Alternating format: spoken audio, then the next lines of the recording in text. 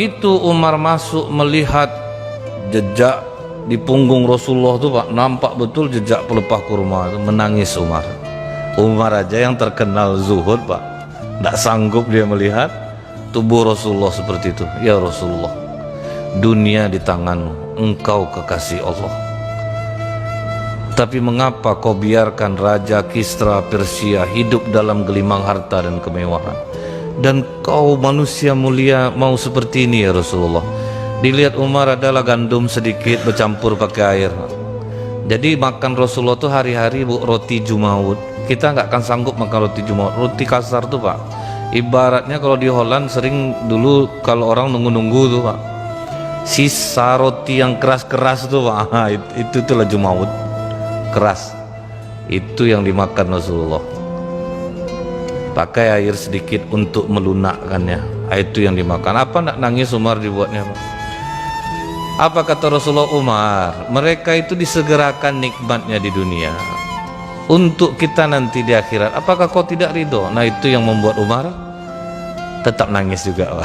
Tidak bisa dia, walaupun udah dihibur Rasulullah, tetap Umar nangis karena tidak tahan melihat Rasulullah tidur seperti itu. Sebetulnya ada yang melatar belakangi kenapa Rasulullah sampai tidur beralaskan pelepah kurma itu tuh Pak. Nah ini pernah kita ungkapkan ketika istri-istri Rasulullah demo minta tambah uang belanja, kan itu yang mendasarinya Pak. Datang ramai-ramai minta tambah uang belanja, tidak tahan lagi hidup miskin Pak. Sementara orang enak-enak hidupnya, kita kok enggak. Abu Bakar Siddiq melihat dalam satu rombongan istri-istri Rasulullah itu ada Aisyah, oh jalan langsung jalan Abu Bakar Siddiq, di backupnya menantunya, duduk dia di sebelah Rasulullah. Tidak lama datang Umar, duduk pula Umar di sebelah Rasulullah, karena dia nampak anaknya ikut juga. Karena semua diam, Umar mulai membuka cerita. Perlu kita ketahui Pak, istri Umar bin Khattab itu cantik Pak, namanya Atika. Jadi dia pernah agak kurang senang dengan Abu Musa al-Asy'ari, dikarenakan ketika istrinya pergi ke masjid, pas pulang dihadiahkan oleh Abu Musa al-Asy'ari karpet merah. Tersinggung Umar, Pak, ngapa kau terima kado orang nih? Nah, angkatnya lah Pak, karpet itu dibaliknya, jangan kasih istri aku kado. Cemburu kuat, makanya Umar melarang istrinya ke masjid. Sekalipun Umar tidak melarang perempuan datang ke masjid, tetapi untuk istrinya dia larang, karena istri cantik. Setelah itu Umar duduk di sebelah kiri Rasulullah, Abu Bakar di kanan Rasulullah.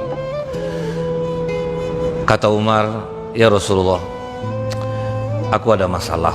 Apa masalah kau Umar?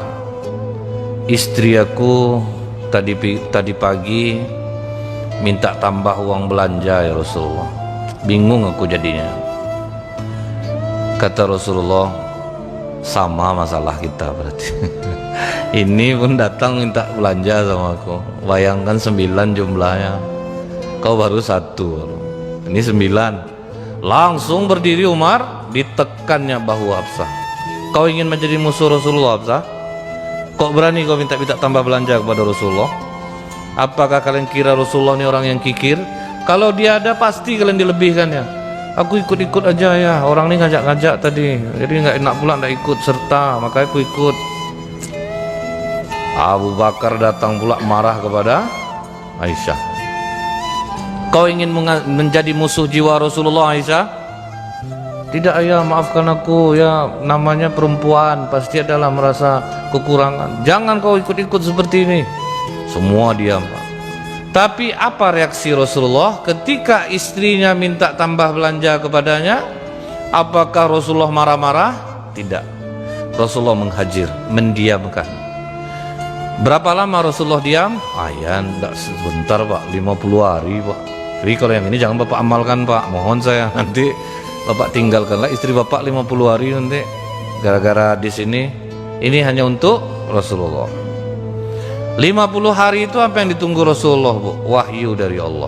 Nah itulah Rasulullah tidur di masjid tuh Pak, beralaskan pelepah kurma. Bolak-baliklah Umar datang ke sana menjenguk. Setelah hari ke-50 turunlah surah Al-Ahzab ayat 28-29. Nah itulah sebabun nuzul turunnya ayat ini.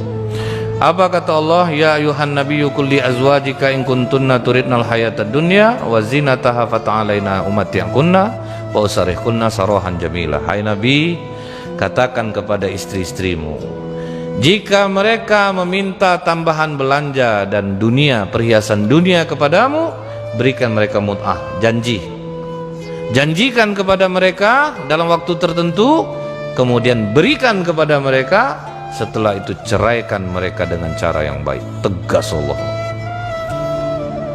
ceraikan aja mereka, kasih, tapi kasih dulu nih Pak, kasih yang dia minta, habis itu ceraikan mereka.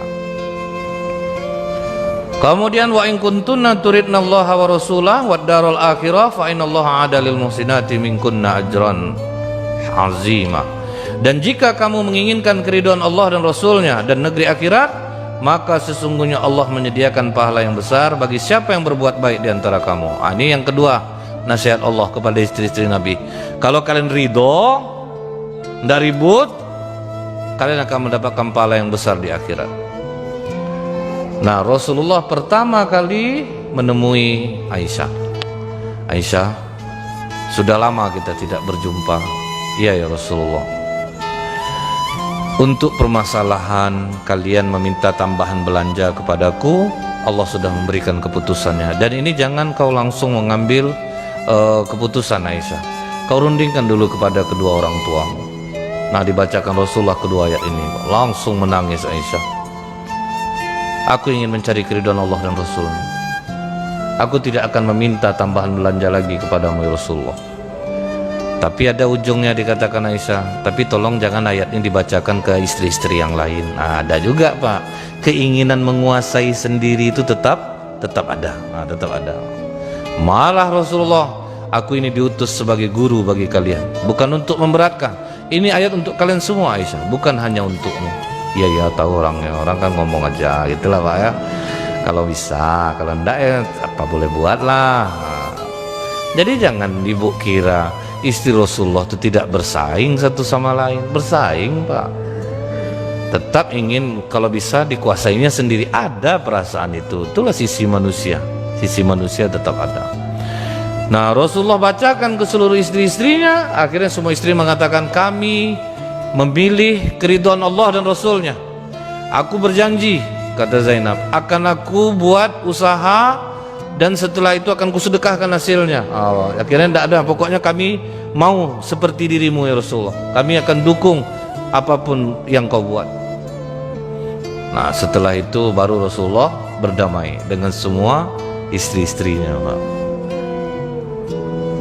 Pernah istri-istri Rasulullah ini karena melihat alas tidur Rasulullah itu terlalu tipis, maka mereka punya inisiatif.